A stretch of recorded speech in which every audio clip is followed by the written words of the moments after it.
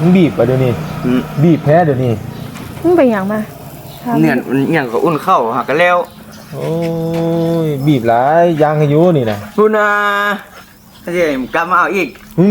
มีแนวแซฟเป็นบ่มึงบ่มาซูมกูเลยนี่เป็นบ่ บ่มีชิดาอันทางป่าซอยยายอยู่นี่เพื่อสิให้เฮ็ดเวียกซอยมื้อนี้ มันมีก้อยเนื้อบ่จัก บ่ มาซูมกูเลย บ่มีถ้าแต่เพิ่นเอื้อนนี่จักหน่อยนี่บ่ได้ไปทางป่าซอยเรา ทางป้าใส่ ทางบ้านนี่ คนจ้างบ่